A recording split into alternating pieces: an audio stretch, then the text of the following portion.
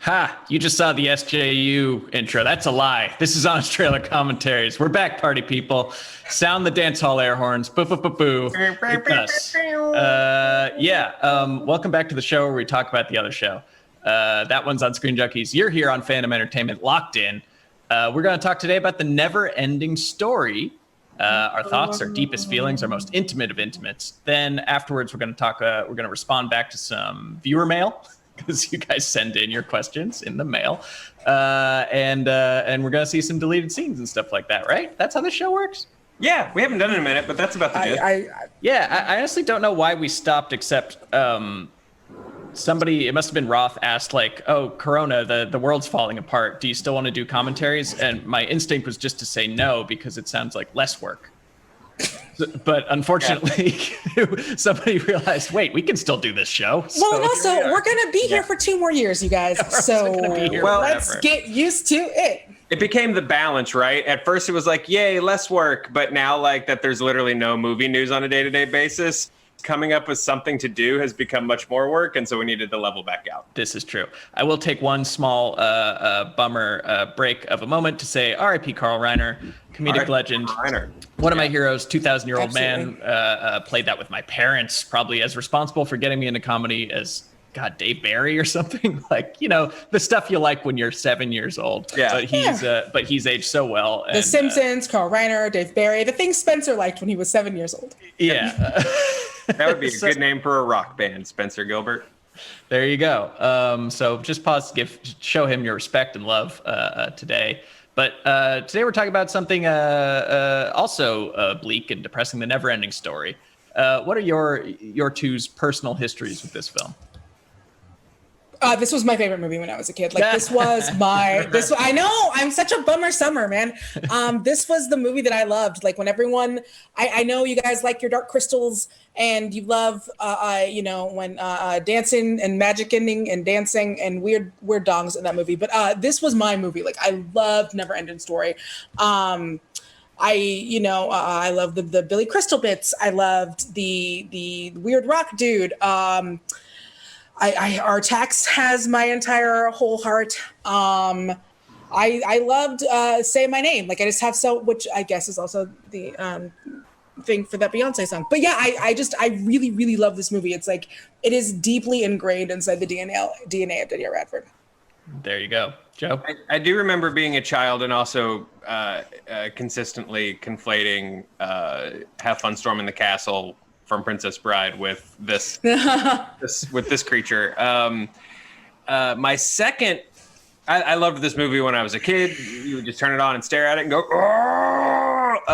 and that was kind of all there was to it. My second renaissance with this movie was, of course, when Newfound Glory dropped their EP of pop punk cover movie themes, which included the Never-Ending Story.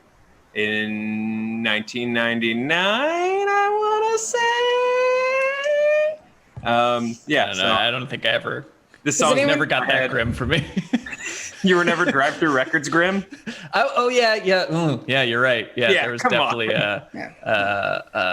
Jimmy Eat World. I like Jimmy Eat World. I remember that. Okay. Yeah. Come on, man. Drive-Thru? You've been to a Warped Tour. I see you. I've not been to a Warped Tour. I've been to a weenie roast. I've been to many a weenie roast. Okay, that counts. Warped Tour is hot. That's all I have to say. It's always very hot and uncomfortable. There's never a good way to warp. It's always especially if you get older. Anyway, sorry. Like the LA Ren Fair. What are we talking about? The LA Ren Fair. You got to go early. Yeah. Warp early, warp often. So speaking of Ren Fairs, I remember liking this movie. It wasn't like part of my my identity or like my rotation. It was. I remember at an age appropriate time having a crush on the Empress. Hell yeah. At an age appropriate time, I was a child. And I remember also thinking of Trey was like super cool, man. I want to be him. Her name is Childlike. Actually, a child. Just so you guys, actually a child. That's the thing. Is it one of those like 900 or eternal beings in the body of a child, or is no? They just. You know what? When I first saw her, I was a child of about her age, and I was like, she's pretty. We should hold hands and braid each other's hair because that's what being a lesbian gay looks like when you're that age. I want to braid her hair. Her braids are so pretty. So yeah, that is what I thought very innocently. And then now as I grow up, I'm like, wow. Yeah, I think a straight guy at that age also, it extended as far as I want to hold her hand. Yeah, right? Yeah, pretty much. Yeah, I like Atreyu a lot too. Look, white dudes in the South have a complicated relationship with really loving Native American stuff because we are all literally told at birth that we all share some weird Native American blood, and we are told that until the day we die. That's why I give Elizabeth Warren a little less guff, because the day she was born, someone was like, She's from Massachusetts. Yeah, but dude, it doesn't matter. Like, no. To be fair, Spenny, I think we're not people of a certain age, but we're a little older than you. And there was a time when literally everyone was like, "My granddad's Native American," and we had no way to prove it. No, everyone, no one knows this. But 23andMe has wrecked. Not when you were older, but like when you were a child, that was part of like your family lore. Was like when you went into kindergarten, you were like, "My granddad's part of the Cherokee tribe," and everyone's like, "Do you know of any other tribe?" And you're like. And that's like a part of a very crappy Americana. So that said, Atreyu and Bastion's love for him definitely went on a bookshelf along with my well-worn copy of Indian in the Cupboard. Ah, yes. Yeah, that holds up. Produced by Not well. Kathleen Kennedy. Fun fact right there. So yeah, I guess what really stuck out to me though on the rewatch was how grim and dark and depressing this film was. Just nonstop. Just like even in its look, it's like all this, chiaroscuro, like dark lighting, and it's muddy and it's depressing, and all the animals want to die. I don't remember that from the first time around. The universe is destroyed in this movie. They lose. That's the whole thing. Like you go up to the nightmare and dude's like, "I'm a dog, but not like the cool kind of dog that you like. I'm like a dog that destroys humanity." And that's the whole thing with art. And I don't know. I when I was younger, I definitely understood that Artax was electing to self not live anymore because of what happened. Yeah. Because I guess not self not live, non-consensually not live anymore because of what was happening like in the thing. Yeah. But yeah, I got it. I still loved it. I was a dark, weird kid, man. That horse chose to drown. And even you're right. Even Gamork at the end is sitting in a hole because he failed, and is like, well, if all I got left is to try to kill this kid, then I'll just go ahead and try to do it. Everything's screwed anyway. Yeah, everyone's sad. Really sad. And then I was having a tough time recalling the story of this film, and it turns out that is the story. Is just like the world's falling apart, and it does because people don't believe in imagination anymore. Except for one. It's never ending. Yeah, that's why it's never ending. Except for one sweet, sweet boy. All right, it's been a while since I actually thought about this movie, even though it came out today. This was last week's movie. So let's play the trailer and see if I can refresh our memories on the never-ending story. Roll tape. This summer, we're getting honest about summer blockbusters, past and present. This is Honest Trailers, Blockbuster Summer. For what it's worth, I cannot hear what's happening. Nor can I, Moulton. The trailer. But you know what? I just hope our audience can hear. And all the dead authors' estates that Walt Disney ripped off. Now, embark on an epic tale of magic and romance in the Brothers Grimm tradition, in that it's bleak, depressing, and thoroughly German. The Never-Ending Story. My people. Journey to a world of never-ending misery, where the heroes are bullied, the locations need therapy, a desert of shattered hopes, and deadly swamps of sadness. And existence is collapsing in on itself like a fortnight storm made of nihilism. The nothing! To the point where horses literally drown themselves in sadness. Fight against the sadness, Artax! That horse didn't actually drown, but it's the kind of movie that really makes you think they wanted to. Die? That at least would be something. Thanks to Oh my God! Pause. Are we still pausing for this? Yeah. Okay, yes, obviously this is very bleak, and I guess it is the German parts of me that feel it so hardly. But yeah, no, like that I have nightmares about that, like scene of our attacks, and I've seen it obviously, but I think it is one of those things where like when it comes up, we have to talk about it. I have had nightmares about that. Just the idea of, there's like a horse that's like, everything sucks, so I want to just like skadoots. And in this case, skadootsing was death.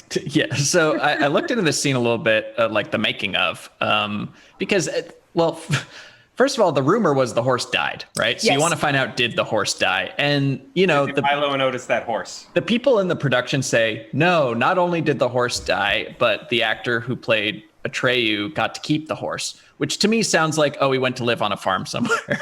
That seems like a little too... That's what my parents told me when our first cat died. They were like, oh, Atreyu kept the cat. The cat's in a movie now. The movie is sad, but the cat is not. Whether the horse's ultimate fate is up in the air, but they had to actually stop production, and because it was very difficult, and they had to do extra training to train a horse to stand still while it was on a platform being lowered horse neck deep into mud. Which turns out horses freak out when that happens. It's weird, right? I just maybe we don't have to. It was the 80s. We did all of the stuff. Maybe that was one of the stuffs we didn't have to do. But it's not Milo and Otis. Is Milo and Otis the one? It's not Milo and Otis. Yeah, Milo and Otis. Yeah. That's an even grimmer one. If you don't know what we're talking about, that's the reason why movies now say no actual animals were harmed in the making of this. They had to put that up after Milo and Otis. Because Yeah. I mean, they treated Atreyu about as well as they treated Artax. Because that was a small boy doing his own stunts. I was reading. I feel like Billy Crystal's the only one that got away from this, like, unscathed. Yeah. I was reading It's Billy Crystal. I know. Canonically, it's Billy.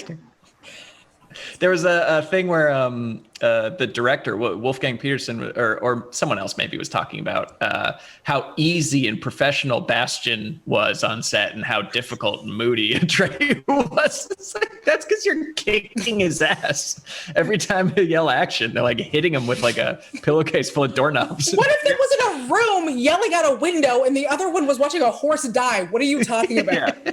The other urban legend, I don't know if this one's true or not, is that he got to keep the corpse. I mean, the horse. He got that glue. He took that glue home. And maybe he used the glue to like heal his, like the rumor was like he broke his back or something. Like he had to have back surgery after this because they were blowing him off that damn tree too much. Yeah. Is every German movie like this? Yeah, they believe in nothing, Lebowski. They're nihilists. I think the only other German movie I've seen is Funny Games, which is the other bleakest thing.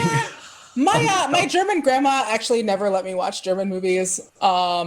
She still doesn't. If she's heard I've seen a German movie, she'll send me a text through my mom because she can't. Send me your best bleak German movies. I think it's time for a film festival. The only other German movie I've seen is Rammstein videos. Du Hast. Yeah. Du Hast Mix. And the Rammstein performance at the beginning of Triple X. Yes. Isn't that Rammstein? Run Lola Run. Was that German? No. Was that German? It was kind of German. I'd love to keep playing Was That German, but let's keep playing the Oscar.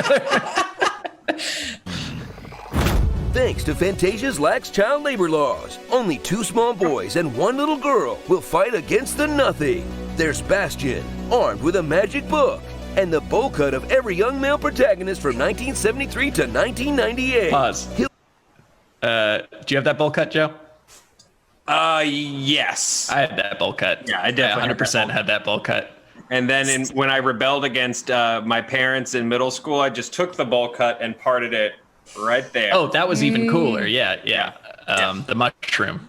Yeah. So that is your version of when I had the like early 2000s, like 2010s, 90 like bangs. Like that's your version of that. Yes. Yeah. Yes. The first time you see a Nirvana video and you're like, standard, really? really. What I don't understand is like, what was the bowl cut? What was the Rosetta Stone? Like, who were we all trying to look like? Because every kid had that. Who was Patient Zero? That's really good. Was it Danny in The Shining? He's the earliest bowl cut in that grid. Was there like a really cool kid in Little House? I have to sneeze. Wait, no, I don't. Well, I'll cover your sneeze, but I'll cover your sneeze by saying that Run Lola Run is German. Oh, thank you. Thank you. I also had someone in the chat point out that apparently Rammstein, it's supposed to end as like fine, like how you say. Oh, okay. Good to know. My Alma calls him Ramstein. I'm gonna call him Ramstein. Look, I love the word. I went out to the Family Values tour. It was dope as hell. After Ice Cube and Korn did their duet, Ramstein came on there and just hosted the shit out of that stage. Ramstein. It was good. It was real good. I love them Ramsteins. I love them Ramsteins. Hey, I got to do call outs while we're paused. Newhurst. Okay. Hey, I want to know, can anyone in the chat tell me what's the German word for the feeling of anticipation and expectation tinged with sadness when you're waiting to find out whether Run Lolo Run is German or not? Because I know there's a word for it. Very specific. And while you guys are looking that up, hey, make sure you watch Hey Fandom tomorrow. It was going to be today, and now it's tomorrow at noon, right after SJU. We have Nolan North. He's the voice of Drake. Keep Nolan. Keep Nolan. He's the voice of Drake from Uncharted, not the voice of Drake the rapper, although I think he should voice both. Nope. If you ask me, it's going to be great. It's hosted by Trisha Hirschberger, who is also great. You should definitely check that one out. And then if you want to watch previous Hey Fandoms, which you should, they're over on fandom.com, specifically fandom.com /video. And we've got links in the descriptions to check those out and to also check out how you can get involved in direct relief to assist in COVID-19 fighting, and then also how to get involved in Black Lives Matter. And then Thursday at noon, we're doing a new thing called the Fandom 5. It was a trivia thing we were doing on Instagram for a little bit, and now it has graduated. There's links in the description. If you're a Pokemon head, a Pokemaster, Joe. If you are a Pokemaster, come play. If you answer 5 questions correctly, you're going to win some money, and then you're going to get an option to come back, answer 5 even harder questions, and win more money. Show up and let me try to give you money. And those are the call-outs. Win, Joe, stars, money! That's absolutely what we should have called it up. Win. Oh, good times. Money. Not that I didn't love our contractually obligated and heartfelt call-outs, Joe, but I now totally forgot what we were talking about, so you're going to have to pick it up from there. We were hoping to find out the word. No, we were talking about what's the German word for that, for Run Lola Run? All right, you tell me in the chat. Let's keep going with the trailer.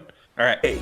He'll haul up in his school's creepy hookup attic to pull a fanfic 101. Pause. We glossed over that attic. There's bones in there. There's so many bones. So many bones.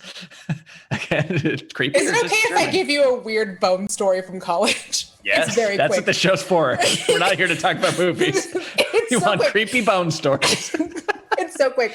So I went to, and what are they gonna do? Sue? I went to Cornish College of the Arts, and one of at that time we didn't have a proper campus, and so one of the things that we would do was we would have our classes at a Masonic hall, and it had all of the and so we would like go roam through everything to get like costumes, all this stuff. I have so many weird, I didn't know this was in a Masonic hall stories, but one of them is just bones, man. Just like you go, and not even like you have to hunt for the bones.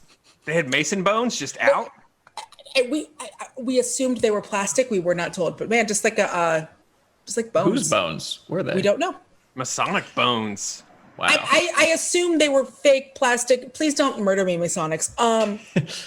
Totally gonna get murdered. But yeah, no, just bones. You revealed the secret of the bones. You were so close to knowing where the Grail is. Yeah, you chose wisely. Yeah, I knew they like to play dress up, so the costume thing makes sense. Mm-hmm. Oh, there's a whole lighting thing. I can tell you guys off air. This is a 10-minute story, but yeah, mostly it was if you go into a weird hallway that's dark, just like that one that he went into, and just bones. And then other people use the bones for their scene studies, and it was weird. What was your school's designated hookup place? Mine was the senior garden. High school or college? I guess high school. Because college, I guess, was just kind of everywhere. What was our designated? Literally anyone's house, because our parents were not home. There you go. Ours, yeah, we just had like this tunnel that our high school was 2 buildings, and there was this weird tunnel that was only lit by like 2 small skylights to connect them. And in the middle of it, there was a big, giant kind of phallic statue that looked like a combination of a wang and a lipstick. I don't understand what the point of it was, but that's where that potent sexual energy. Yeah, two things happened there. People put their gum there, and people hooked up there. Awesome, like a statue to Dionysus himself. Baby. Then, crank up that Rammstein. We're gonna do some smooching. I'm gonna do ding, ding. All right. Anyways, that's definitely where Bastion holds up. Is the bone attic. There's so many bones. I'm sure. I mean, the key to it was like right next to it, so it's like kids definitely sneak in there and hook up. He like dragged a mattress over to read on. You know what's going on there. Yeah, and if you like watch the movie, and even just in bookshelves and stuff, and just little cubby holes, there's just bones. There are There's a lot of bones in that room. God. So many bones. Oh, and like a wolf's head or something. And a wolf's head, because sure. Yeah. All right, let's keep going.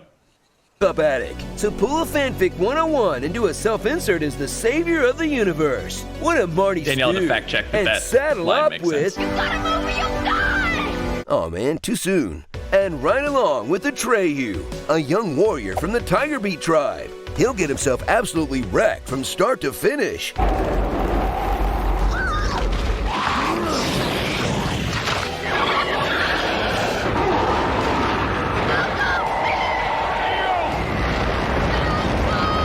So grumpy on set. I'm not sure why. He was still able to overcome and doesn't seem excited. What a diva! Stop putting mud on me. Sorry, we were just ranting. Keep going. Harry Potter Jr. in the movie Troll. Experience a story about the power of storytelling itself. That's really weak in the storytelling department. What? It's a bunch of random obstacles, then it ends out of nowhere. It's got all the dynamics of a Super Mario level, but what it lacks in depth. That's why I talk about that, because it's like, this isn't, the story is such like it's a Shaggy Dog story, right? With the Luck Dragon. It's like he's sent to like go ask somebody who maybe knows about a thing, but they can't help you with the thing. So they say, go ask somebody else. And then maybe they'll have the thing that'll fight the nothing. And then maybe, oh, actually all you needed was with you all along. It's not much of a story, right? No, you're correct. Danielle, you want to stand up for your favorite film? No, I was a child. Children are stupid. Our brains are mush. Someone said say my name at the end, and I was like, that is plot advancement. Yeah, I know there's a whole lot more to the book as we get into towards the end of the trailer. I've never read the book. Yeah. But I feel like there's a whole lot more to the whole Bastion thing. And this movie just doesn't do it. They definitely Golden Compass this thing. With the first Golden Compass movie where they're like, let's go to the third act, credits. But we were so bereft. Like there were good. There was obviously great fantasy happening right then, but it wasn't like now when you can just like look at fantasy because you're going on HBO or whatever. We didn't have 12 hours of fantasy every week, so we took what we could get. Yeah, and we were grateful. Yeah. Yeah, if that dragon is going to be bookended by a creepy bone sex room, then that's the dragon you're going to take, man. That is what you got. All right, well, let's keep going. But what it lacks in depth, it makes up for in meta-wankery. Because their world is powered by the imagination of Bastion's world, and Bastion's world is powered by the imagination of our world, which in turn sparks the audience's imagination because we're watching both of their worlds, joining us all together in a never-ending, story jerk. So grab a sandwich. One thing we didn't get into in the trailer is that creepy-ass bookstore owner. Oh, yeah, that's usually a real red flag if like a bookstore owner has like special books that he can't show you unless you're really special. Maybe come back after hours, he'll show you his special books that are for older children. But it turned out, I don't know, good and bad. I don't know, it was bad, but for a different reason.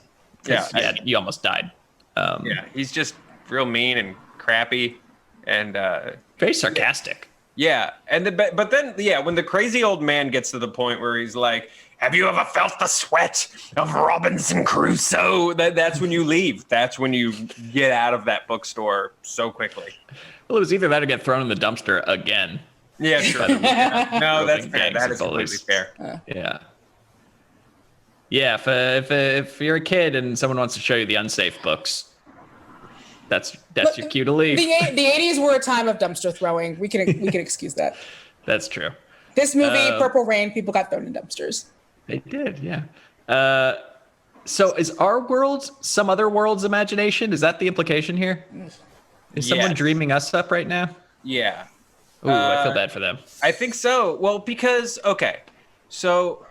Is that the never-ending story? Is that every layer of reality is the imagination? Oh, Yeah, I just got it. Because I did a draft that just, like, ranted about this for way too long. And since you are much funnier than me, wisely cut it way down. But yeah, it's yours ended with, like, him getting a nosebleed? Yeah, because it was... Because then it's like... So then if... Bastian takes Falkor out of Fantasia and brings Falkor to his world. Is that really his world, or is that a new Splinter Fantasia where he has just inserted elements into that world?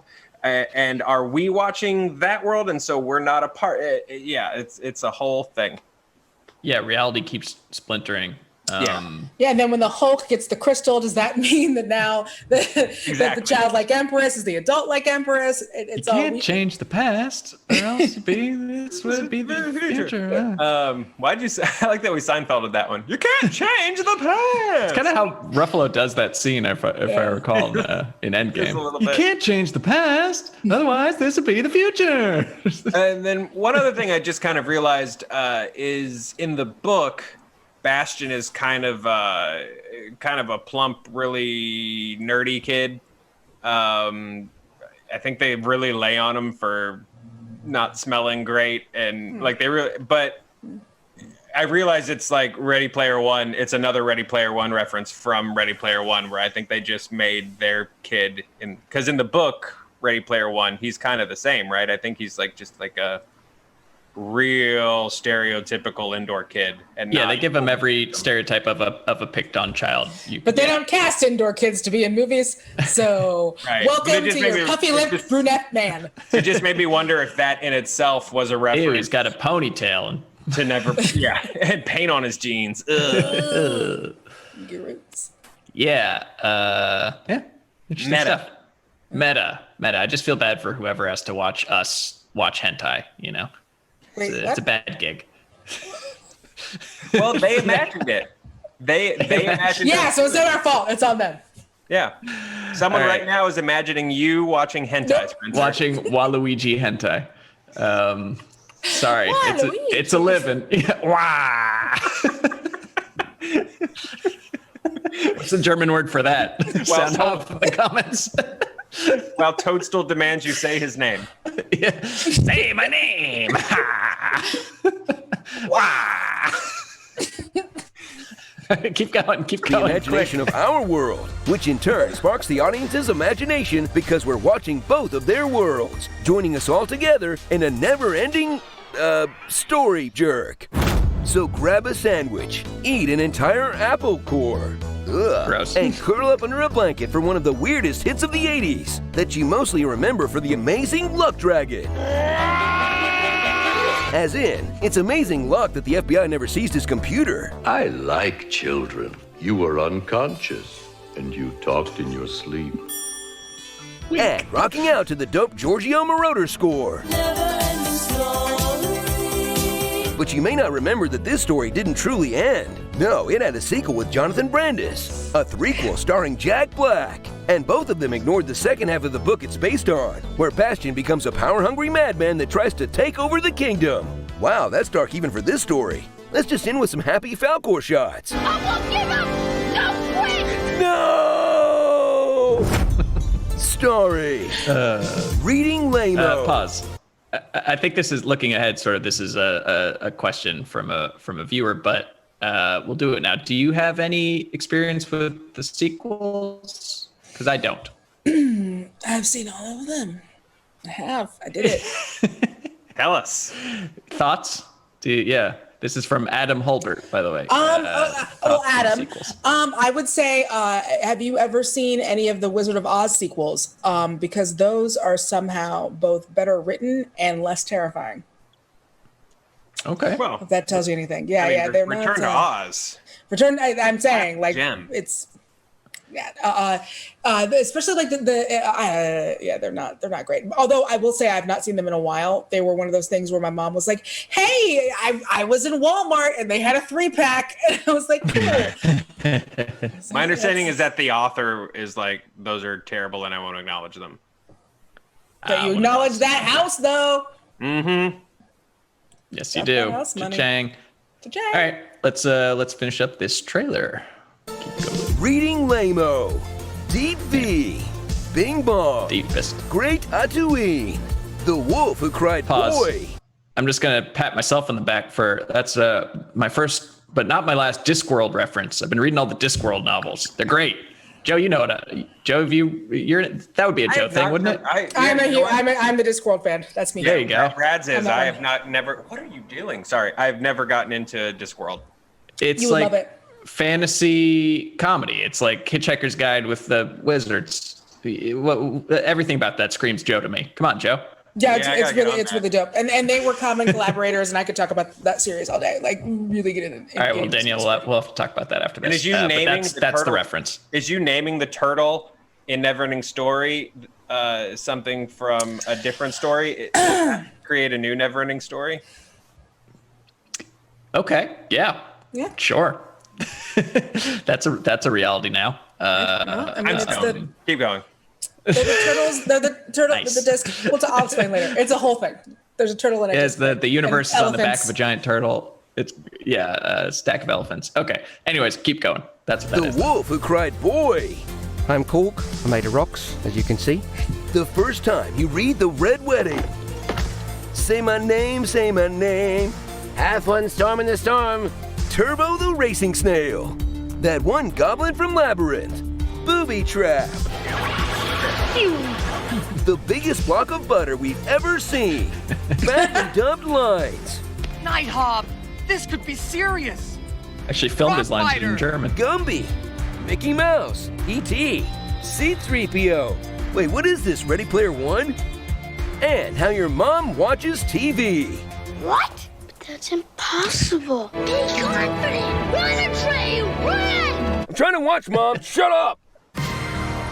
My beautiful, dark, twisted Fantasia. I think I know what killed Bastion's mom. Salmonella. Yeah, raw eggs and orange juice. Frappe. Yeah. To the point where horse... I tried it because I was a kid. I did. Don't do that. Yeah, I wouldn't recommend anything raw egg related. Certainly not in America. Our eggs are salmonella plus. Let's do some deleted scenes. I believe that's what we do now, if I recall this show. Here's what we cut. To the point where horses literally drown themselves in sadness. Fight against the sadness, Artex! Who drowns a horse in a kid's movie? Oh, right, German. Starring Booksmart, Macaulay Culkin. Well, pause. There's one thing we cut that I guess didn't make it in there, where it's like Atreyu starts with a British accent, and you got the British accent beat out of him. Yes. Anyways, that's a joke that we cut as well, because at the beginning of the film, he's like, I am Atreyu from the tribe of the people. If you don't need me here, I'll go. Yeah. Yeah. And then by the end, he's like, screw this. I have too many bruised ribs. I'm just going to talk normal. He's a diva. Yeah, diva. All right. Anyways, sorry. Here's the rest of the deleted scenes. Millhouse, The Page Master, Johnny Depp, Child Soldiers, Boy Soldier, a one-man wolf pack, Insanity Wolf, an American Werewolf in Fantasia, Drogon Lucky, Rower like a dungeon dragon, Drow Dog, Bold Yeller, To Scratch a Predator, the voice of Skeletor, no way. The story that ends abruptly. This is the book that never ends. Yes, it goes on and on, my friends. Some people started reading it not knowing what it was, and they'll continue reading it forever just because this is the... Nicely done, John. All right. That's that.